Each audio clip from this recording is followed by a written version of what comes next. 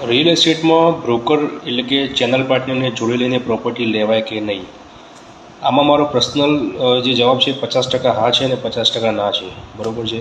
હવે 50% first of all કે હા એટલા માટે, બરાબર, કે તમે રિયલ એસ્ટેટમાં નવા છો, તમને એરિયાનું નોલેજ નથી, એરિયામાં અપકમિંગ વસ્તુ શું શું આવવાની છે, એનું ફ્યુચર શું છે, આગળ જતાં એરિયાનો ગ્રોથ કેવો રહેશે એ બધી ખબર નથી, બરાબર, ને તમે સાવ નવા છો અને પ્રોપર્ટી લેવા માગો છો, તો કમ્પલસરી તમે સીપી એટલે કે ચેનલ પાર્ટનર બ્રોકરને લઈને તમે એ સર્વે કરીને પ્રોપર્ટી લઈ શકો છો. બરાબર છે.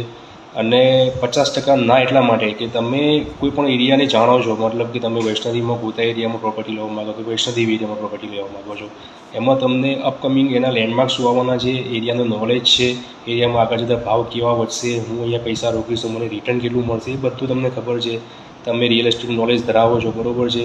તો આમાં કોઈ મોટું કંઈ રોકેટ સાયન્સ નથી. તમે સર્વે કરી શકો છો, ભાવની કમ્પેરિઝન કરી શકો છો અને જાતે જ પ્રોપર્ટી લઈ શકો છો. એમાં ચેનલ પાર્ટનર બ્રોકરની જરૂર નથી.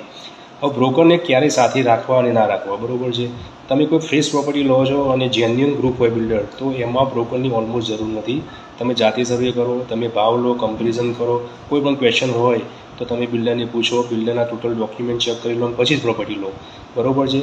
બ્રોકરની ખાસ રિક્વાયરમેન્ટ રિસેલ પ્રોપર્ટીમાં ખાસ છે. તમે રિસેલ પ્રોપર્ટી લો તો કમ્પલસરી બ્રોકરને તમે વચ્ચે રાખો. બરાબર છે. તમે કોઈ લેન્ડની ડીલ કરો છો, તમે વચ્ચે બ્રોકરની રાખો. જો પ્રોપર્ટીની વેલ્યુ એટલે કે મિલકતની વેલ્યુ મિનિમમ 1 થી 1.5 કરોડ ઉપરની હોય તો તમે બ્રોકરની જોડે રાખો. બરાબર છે. તો આવા ટાઈમે બ્રોકરની ખાસ જરૂર છે. બાકી તમે જો 60-70 લાખના નવી પ્રોપર્ટી ફ્રેશ પ્રોપર્ટી લેવા માગો છો તો એમાં કોઈ સીપીની જરૂર નથી. તમે જાતે સર્વે કરો, ભાવ કમ્પેરિઝન કરો અને પછી જ એમાં પડો. અને ઇન્વેસ્ટમેન્ટ કરતાં પહેલાં બી તમે સર્વે કરો અને આગળનું ભવિષ્ય જાણી લો, 100% તમને ફાયદો થશે. બરાબર છે. તો આવા જ રિયલ એસ્ટેટના નોલેજવાળા વિડીયો માટે પેજને ફોલો કરો, નીચે કમેન્ટ કરો. Thank you.